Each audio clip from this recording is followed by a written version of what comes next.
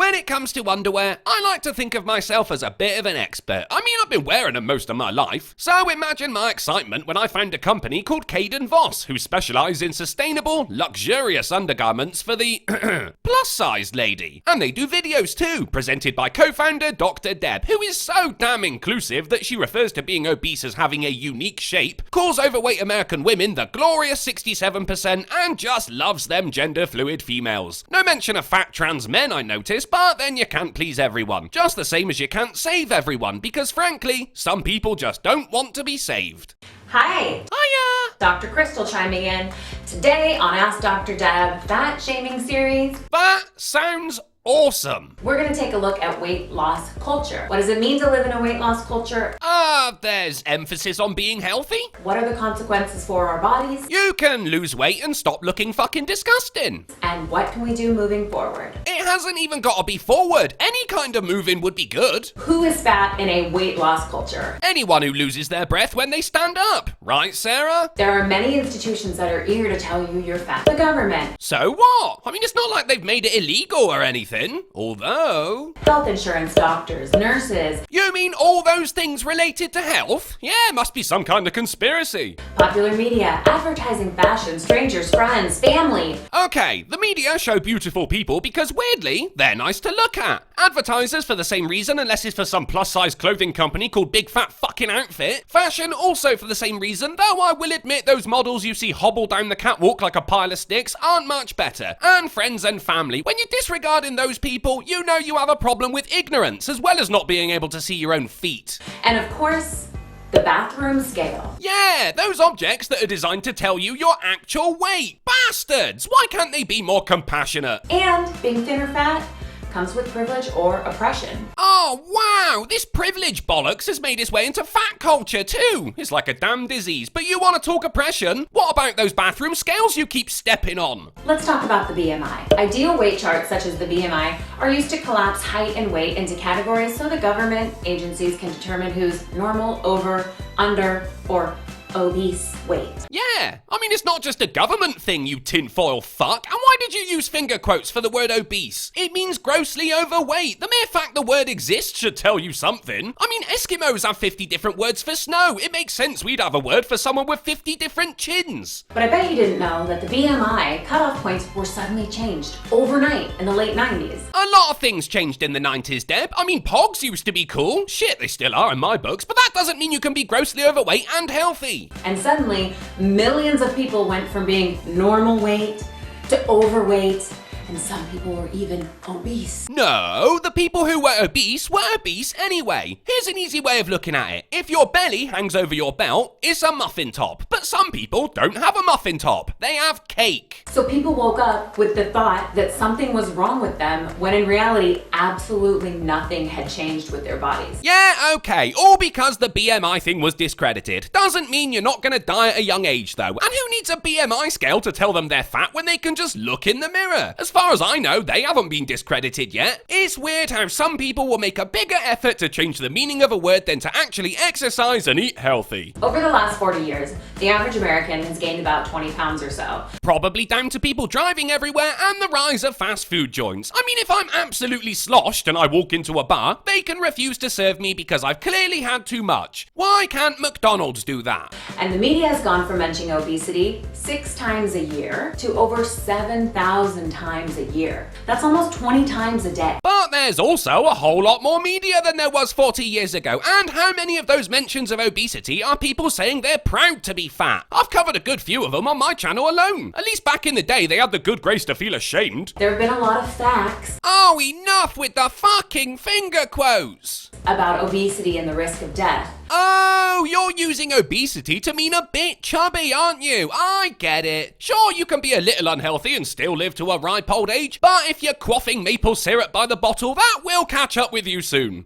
But one of the biggest misconceptions is that obesity causes death. Well, no, death causes death, but being the size of a shoe shop isn't gonna help you stay alive. Despite a researcher from the NIH at the CDC protesting that any associates of weight and mortality were not necessarily causal. And Cancer Research UK said obesity is the second biggest cause of cancer, causing Sophie Hagen's heart to almost beat. Because, of course, some people know better, don't they? Like when Sophie offered Cancer Research some articles. She said Cancer Research should do some research. I mean, that's so fucking dumb. I can't even think of a metaphor for it. Basically, simply being fat does not put you at risk for death. Of course it does. Being alive puts you at risk of death. You're meant to be a doctor. But did anyone really listen? No. Because a lot of companies stand to lose money if you feel good about yourself. So you're actually putting this down to some kind of corporate conspiracy? As far as I can tell, a lot of people make a lot of money off of unashamed gluttony, so the only people who would stand to lose out on this would be the manufacturers of Spanx. The weight loss industry revenues over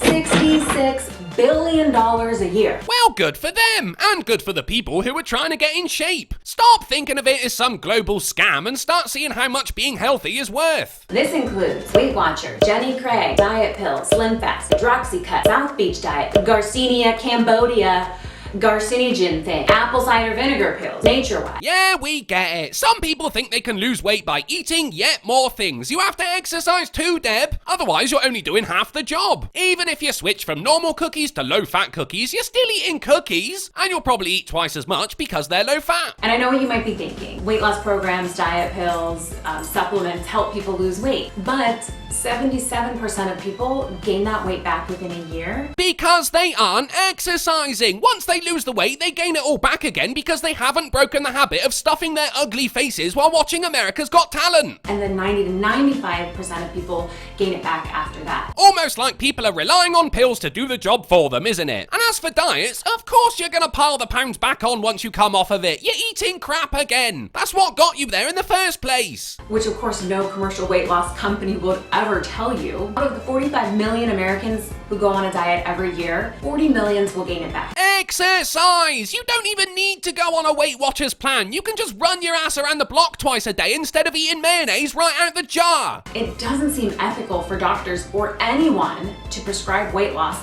knowing that that prescription is ineffective and doesn't lead to long-term health. Well, no, I agree with that one actually, because they should be telling you to get off your fat ass instead. Long-term weight loss doesn't come from a bottle, and it sure as shit doesn't come from telling people to stop shaming you. Weight loss will not help people live longer or healthier. How is that? That's just bollocks. Like, sure, I've got type 2 diabetes, high blood pressure, heart disease, sleep apnea, osteoarthritis, kidney disease, fatty fucking liver disease, and I'm more susceptible to strokes and certain types of cancer, but hey, at least I've still got my health. What does it mean to live in a weight loss culture? Well, in weight loss culture, it means fat is bad. Good! Yes, take that and run with it. Well, not run, obviously, take that and waddle with it. And that means everyone is fat. And everyone needs to be on a diet or in the process of managing their fat. I agree with that last bit. Even the healthiest of us still watch what we eat. There is no point in life when you can say, I've lost 2 pounds and do cardio every day. Now I can siphon fat straight from a fryer without risk of seriously fucking myself up. It's not a destination, Deb. It's an ongoing thing. The thin are afraid of getting fat and the fat are afraid of getting fatter. What does this mean for our bodies? It means that we are obsessed with our bodies. Well, yeah. These meat suits are the only thing that keep us tethered to this mortal coil. What's wrong with wanting to stay alive, Deb? Should we stop death shaming? The color, the shape,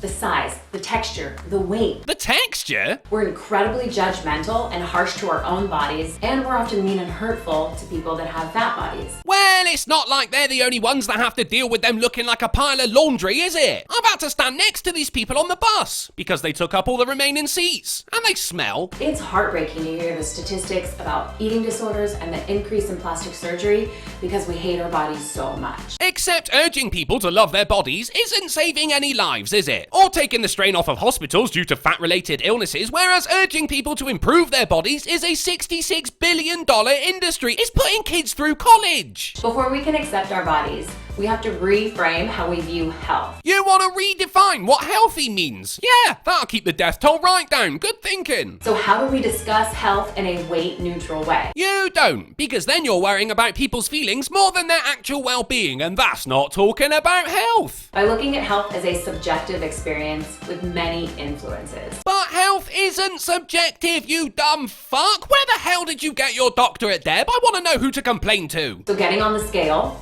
is not mean that you're healthy or unhealthy. Well, it means you've stood up, so it's a start. And I think many of us intuitively know that, but we've been conditioned since we were very young to think that fat equals unhealthy. Aside from differing body types, that's exactly what it means. As well as poor discipline, lack of physical fitness, and a miserable amount of respect for yourself and the people around you. In a world where people are starving, there is no excuse or reason for having a body that can absorb sound. The only thing someone can diagnose by looking at another person is their own personal level of stereotype and prejudice towards fat people. What? There are plenty of things you can diagnose by looking at someone. Eczema, for instance. Or jaundice, alopecia, being an amputee. There's loads of things. So what do we need to do? We need to take your fucking qualifications away from you, Deb. We need to claim our own embodiment in whatever size we are and reconnect with our body and its needs. The only thing you need to reconnect with is reality. If you're fat, own it.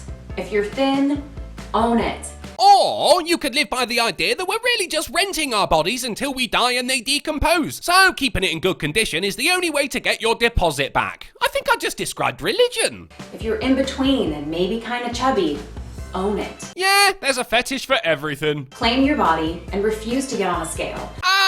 Back to the original evil being, the bathroom scales, the bringer of truth, the destroyer of egos. Denounce, denounce. Because the weight of your body is not a reflection of your worth. No, that's true. The weight of your body is actually an exact numerical value of the weight of your body. And look, if you're 5'4" and you weigh the same as a WWE wrestler, you're probably gonna bite the dust before your mates. And that's not to say you're worth less, just that it's gonna take more than 6 pallbearers to lug you to your own funeral. But then, this is the current year, you could probably just rent a crane. Thanks for watching, guys. Please consider becoming a patron to give me some of your pounds. And check me out on BitChute if you prefer not to live under the dystopian rule of YouTube. The links are in the description, and remember, for some people, the only thing stopping them from going to the gym is the door frame.